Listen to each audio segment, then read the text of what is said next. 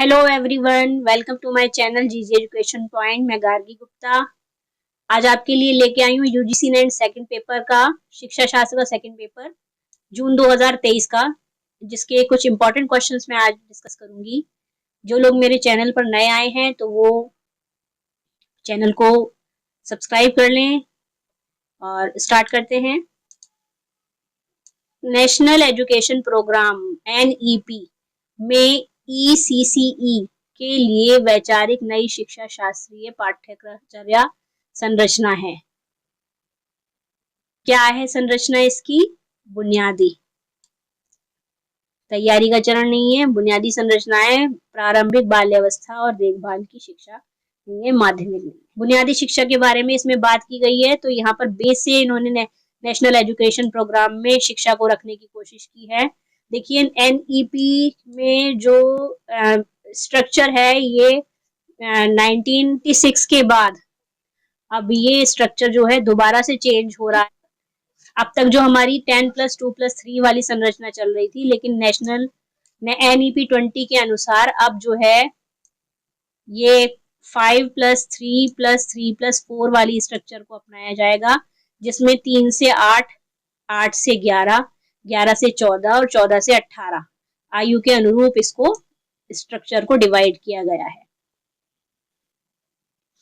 राष्ट्रीय शिक्षा नीति 1986 के अनुसार उच्च शिक्षा में अध्यापकों के लिए निम्न निष्पादन पुअर परफॉर्मेंस को संज्ञान में लेना चाहिए। अगली वेतन वृद्धि रोककर, औपचारिक कदम उठाकर, अध्यापकों को हटाकर या एक जांच समिति गठित करके। देखिए जांच समिति गठित करने का कोई फायदा नहीं है, तो उसके लिए ये जरूरी है कि उसका उपचार किया जाए। जब बीमारी ढूंढ ली है तो उसका उपचार करना जरूरी होता है। हमारा बी ऑप्शन इसमें सही आंसर होगा, बाकी चीजों से इसमें कोई मतलब नहीं है। वैयक्तिक शैक्षिक योजना IEP इंडिविजुअल एजुकेशन प्लान जिसे कहते हैं के लिए नीचे दी गई आवश्यकताओं को प्रारंभ से अंत तक के क्रम में व्यवस्थित करें। इसको सीक्वेंस में लगाना है। तो क्या है? कार्य निष्पादन के वर्तमान स्तर का कथन, विद्यार्थियों की उपलब्धियों के आकलन का कथन, विद्यार्थी के बारे में प्रारंभिक जानकारी का कथन। तो ये तो पहले नंबर पे आ जाएगा, विद्यार्थी के बारे में प्रारंभिक जानकारी जब हम शुरू में लेंगे तभी तो आगे के स्टेप्स पूरे करेंगे। बच्चों की उपलब्ध कराई जाने वाली सहायक सामग्री, सेवाएं, संशोधन एवं सहायताओं का कथन, शैक्षिक एवं कार्यात्मक लक्ष्यों का कथन। तो पहले नंबर पे तो प्रारंभिक जानकारी आ गई, फिर उसके बाद कार्य निष्पादन वाली बात आ जाएगी। कौन सा ऑप्शन है कार्य निष्पादन का? ए वाला ऑप्शन। शैक्षिक एवं कार्यात्मक लक्ष्यों का कथन आ जाएगा। ई, बच्चों की उपलब्ध कराई जाने वाली सहायक सामग्री के बारे में बात करेंगे, और उसके बाद लास्ट वाला ऑप्शन हमारा आएगा विद्यार्थी की उपलब्धियों के आकलन का कथन, असेसमेंट। तो सीक्वेंस हमारा क्या बन जाएगा? BEADC, ये सीक्वेंस हमारा बन गया। ऑप्शन नंबर डी इसमें हमारा आंसर है। स्वयं स्टैंड फॉर, स्वयं को क्या कहा जाता है? स्वयं का फुल फॉर्म बतानी है हमें। Study website for automated young active mind, नहीं ये नहीं है। Study webs of active learning for young aspiring mind, ये हमारा ऑप्शन ठीक है। स्टडी वेबसाइट फॉर एक्चुअल नहीं है, और ये भी नहीं है। हमारा आंसर बी इसमें ठीक है। अधिगम परिणाम आधारित पाठ्यक्रम प्रारूप का विशेष बल है ज्ञान के प्रयोग पर, छात्रों को समग्र शैक्षिक अनुभव प्रदान करने पर, किसी विशेष अध्ययन कार्यक्रम के लिए एक समान राष्ट्रीय पाठ्यक्रम को तैयार करने पर, या किसी महाविद्यालय अथवा विश्वविद्यालय के पुस्तकालयों में अधिकांश पुस्तकों के बदलाव परिवर्तन पर नीचे दिए गए विकल्पों में से बताना है हमें सही उत्तर कौन सा है। तो इसमें A एंड B वाला ऑप्शन हमारा ठीक है, ज्ञान के प्रयोग पर और छात्रों के को समग्र शैक्षिक अनुभव प्रदान करने पर है। अनुदेशनात्मक लक्ष्यों की पहचान करना, अनुदेशनात्मक विश्लेषण का संचालन, अनुदेशनात्मक व्यवहार की पहचान, प्रदर्शन उद्देश्यों को लिखना, मानदंडों के संदर्भ में परीक्षण का विकास, अनुदेशनात्मक राजनीति विकसित करना, अनुदेशनात्मक सामग्री का विकास, रचनात्मक मूल्यांकन का विकास का संचालन, योगात्मक मूल्यांकन का विकास का संचालन। तो ये हमारे 9 स्टेप्स इसमें इन्होंने अनुदेशनात्मक मॉडल में बताए हैं।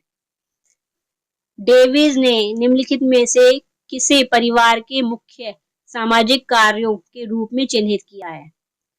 परिवार के मुख्य सामाजिक कार्य कौन कौन से होते हैं? प्रजनन, ये भी है, रखरखाव, स्थापन और युवाओं का समाजीकरण। देखिए मुख्य कार्यों में बच्चों का शादी कराना जो है ये पर्सनल है, इसको हम नहीं देखेंगे, डेविस के अनुसार हमें देखने थे। तो ये डेविस के अनुसार इन्होंने 4 स्टेप्स में इसको रखा हुआ है, प्रजनन, रखरखाव, स्थानन और समाजीकरण कराना। निम्नलिखित को उनके गठन के कालानुक्रमिक क्रम में व्यवस्थित करें। वर्धा शिक्षा योजना या बुनियादी योजना, राममूर्ति रिपोर्ट, मुदालियर कमीशन, कोठारी आयोग, विश्वविद्यालय शिक्षा आयोग। तो देखिए इसमें सबसे पहले वर्धा शिक्षा योजना आएगी 1937 में, वर्धा शिक्षा योजना। उसके बाद विश्वविद्यालय शिक्षा आयोग 1948, उसके बाद मुदालियर कमीशन 1961 में और कोठारी आयोग 1964 और उसके बाद राममूर्ति रिपोर्ट। तो ये इसका सीक्वेंस है, देख लीजिएगा इसे। ऑप्शन नंबर डी में हमारा आंसर बैठता है। देखिए यहाँ बताया वर्धा शिक्षा योजना, विश्वविद्यालय शिक्षा आयोग, मुदालियर कमीशन और कोठारी आयोग और राममूर्ति रिपोर्ट। उच्च शिक्षा की विनियामक तंत्र को यह सुनिश्चित करना चाहिए कि स्वतंत्र निकायों द्वारा विनियमन, प्रत्यायन और निधियन और शैक्षणिक मानकों की स्थापना का विशिष्ट कार्य किया जाए। तो ये अभिकथन है, इसका तर्क क्या है? यह संस्थाओं की सतत वर्धमान संख्या के साथ कार्यभार को पुनर्वितरित करने में सहायक होगा। सही तो दोनों हैं, लेकिन ये इसकी व्याख्या नहीं करता है, तो हमारा ऑप्शन नंबर बी इसमें आंसर हो जाएगा। संपूर्ण गुणवत्ता प्रबंध TQM का प्रक्रम के रूप में आधारभूत सिद्धांत क्या है? ग्राहक संतुष्टि, कर्मचारी की सहभागिता, कर्मचारी का वेतन, प्रभावी संप्रेषण, तथ्याधारित निर्णय। तो हमें TQM बताना है, तो पहली चीज ग्राहक संतुष्टि जो है इसमें आती है। सेकंड इसमें आएगा कर्मचारी की सहभागिता भी जरूरी है। कर्मचारी का वेतन इसमें मायने नहीं रखता है। प्रभावी संप्रेषण, तथ्याधारित निर्णय। तो option number A, B, D इसमें आंसर होगा। A, B, D option D number में आ रहा है, तो ये हमारा ऑप्शन नंबर डी इसमें आंसर है। विद्यालय की एक शिक्षिका डॉक्टर एक्स कक्षा में घटित बातों के प्रभाव का आकलन करने के लिए सदैव कक्षा प्रक्रमों के विश्लेषण हेतु समय निकालती हैं कि कक्षा में क्या हुआ, क्या कम किया और क्या नहीं किया। वे किसका अभ्यास कर रही हैं ये बताना है हमें। प्रश्न प्रमुख अध्यापन का, चिंतन परक अध्यापन का, क्षमता आधारित अध्यापन का या व्याख्यात्मक अध्यापन का। तो ये कर रही है मैम रिफ्लेक्टिव टीचिंग, चिंता परक अध्यापन का कार्य कर रही है। दक्षता आधारित आकलन असेसमेंट पाठ्यक्रम की समाप्ति पूर्ण होने के तुरंत बाद किया जाना चाहिए। को आकलन किए जाने वाले भागों पहलुओं को अपने कार्य क्षेत्र में लेना चाहिए। में विभिन्न उपकरणों उपागमों के इस्तेमाल के संदर्भ में लचीलेपन की मांग नहीं करनी चाहिए। सही और वस्तुनिष्ठ ऑब्जेक्टिव होना चाहिए। आंसर इसमें हमारा होगा A, B एंड D। तो A, B एंड D हमारा ऑप्शन नंबर C इसमें आंसर होगा। निष्ठा, निष्ठा क्या है इसके बारे में बताना है। प्रारंभिक स्तर पर शिक्षा के परिणामों को बेहतर करने के लिए एक राष्ट्रीय मिशन है। बिल्कुल ठीक बात है ये। अपने कर्मचारियों के लिए भारतीय पुनर्वास परिषद द्वारा शुरू किया गया एक कार्यक्रम है? नहीं। एकीकृत शिक्षक प्रशिक्षण द्वारा विद्यालय शिक्षा की गुणवत्ता को बेहतर बनाने के लिए, बेहतर करने के लिए क्षमता निर्माण कार्यक्रम है, ये ठीक है।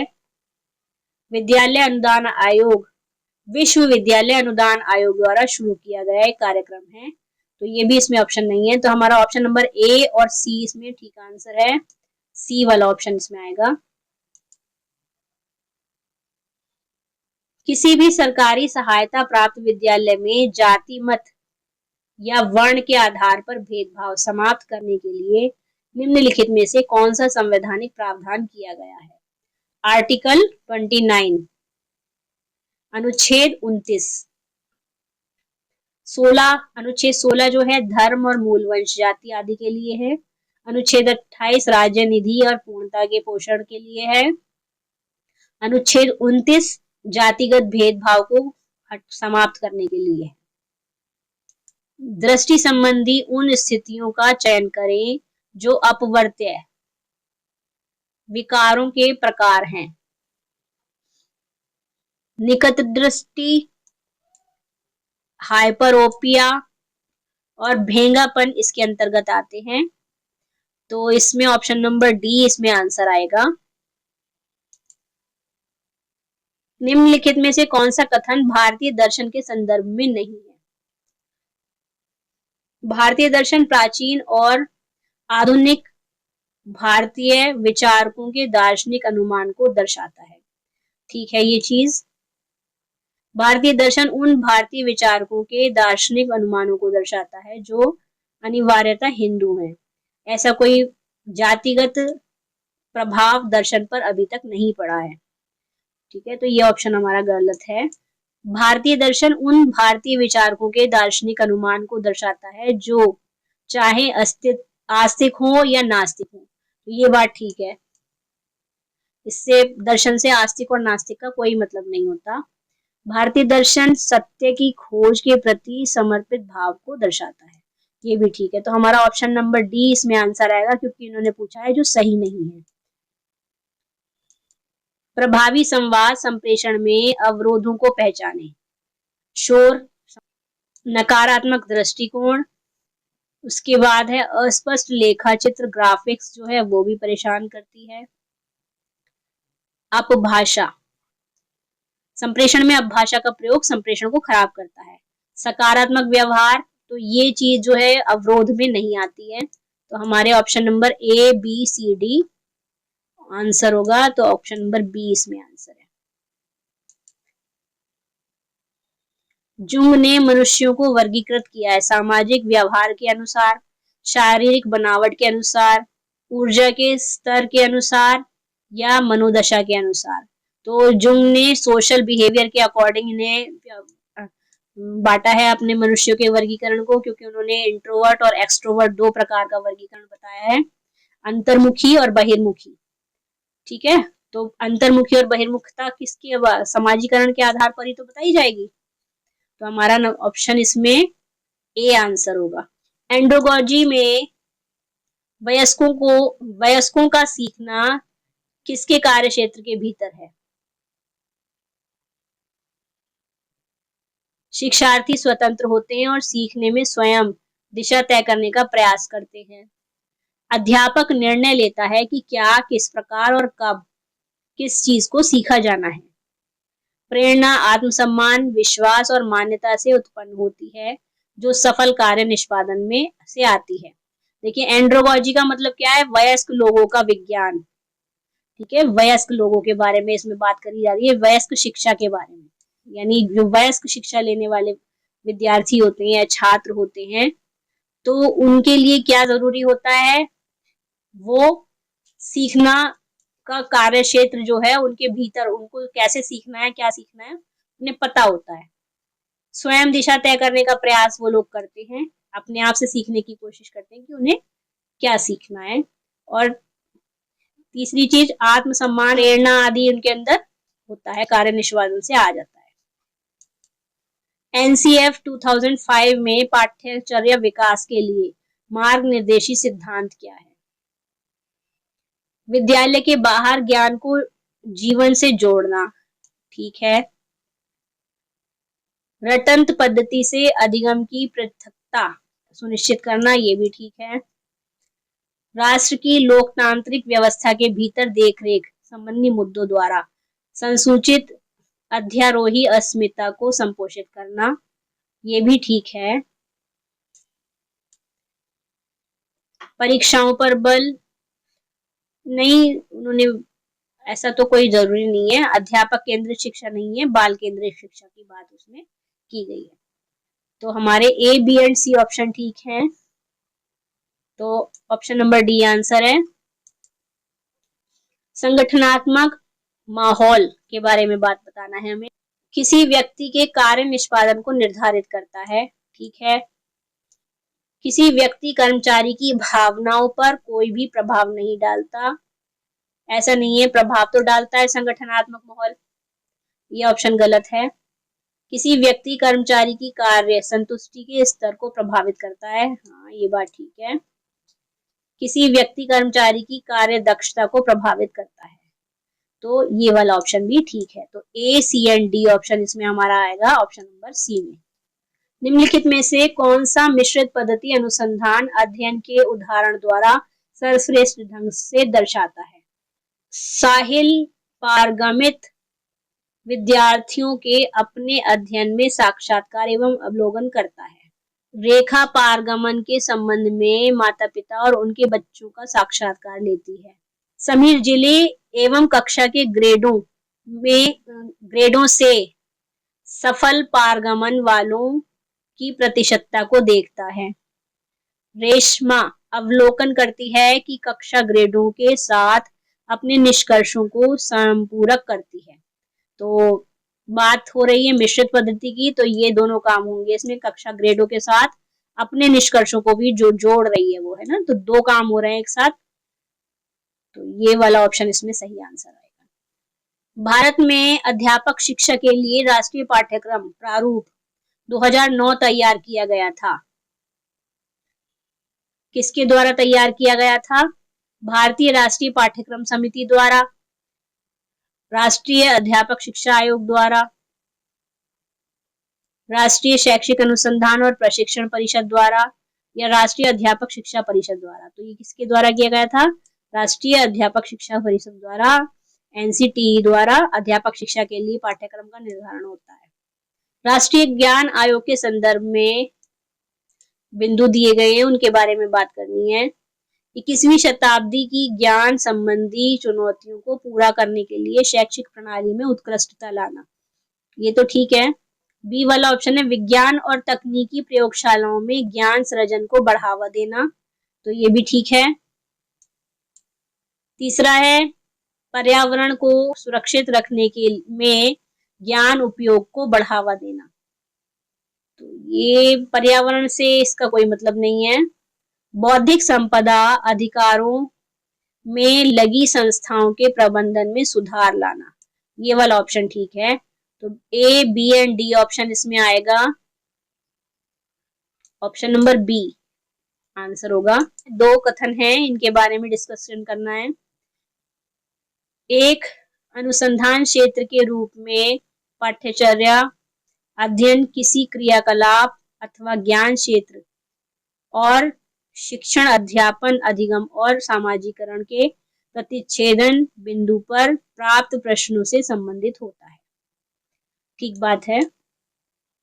पाठ्यचर्या अध्ययन को अध्यापन का विषयक और अंतर विषयक क्षेत्र दोनों समझा जाता है, तो ये बात भी ठीक है। विषयक और अंतर विषयक दोनों होते हैं, डिसिप्लिनरी और इंटरडिसिप्लिनरी, हम दोनों चीजों की बात पाठ्यक्रम के चर्या के अंतर्गत करते हैं। और टीचिंग लर्निंग और socialisation, knowledge, activity of knowledge आदि जो हैं इसमें आती हैं, तो दोनों ऑप्शन हमारे ठीक हैं, तो आंसर हमारा ए होगा इसमें। शिक्षावाणी, ये दूसरा क्वेश्चन इसमें शिक्षावाणी से रिलेटेड आया है, इससे पहले एक क्वेश्चन और आया था ना शिक्षावाणी का, तो देखते हैं। शिक्षावाणी एक श्रवण आधारित सीखने की पहल है जिसकी शुरुआत की गई है, किसके द्वारा की गई है? शिक्षावाणी की शुरुआत हमने पहले भी बात की थी, central board of secondary education CBSE द्वारा की गई है। देखिए शिक्षावाणी कार्यक्रम, शिक्षावाणी में एक कक्षा 1 व 2 के बालक बालिकाओं के लिए मीना की कहानियां और 3 से 12 तक के बच्चों के लिए कक्षावार पाठ्यक्रम आधारित श्रव्य पाठों यानी सुनने वाले पाठों का प्रसारण किया जाता है। एफएम रेडियो प्रोग्राम है ये, जो आकाशवाणी पर प्रकाशित की जाती है। 55 मिनट तक प्रोग्राम चलता है, 11 बजे से और 11:55 तक ये चलता है। इसका मतलब इसका समय निर्धारित है। 11 मई 2020 से ये प्रोग्राम शुरू किया गया था। मानव संसाधन विकास मंत्रालय, शिक्षा मंत्रालय, केंद्र सरकार द्वारा इस योजना को शुरू किया गया था। नोडल एजेंसी इसकी कौन सी है? एनसीईआरटी है। जून 2023 का क्वेश्चन पेपर यहाँ कंप्लीट हो गया है। तो वीडियो देखने के लिए थैंक यू। मिलते हैं नेक्स्ट क्लास में। Okay bye.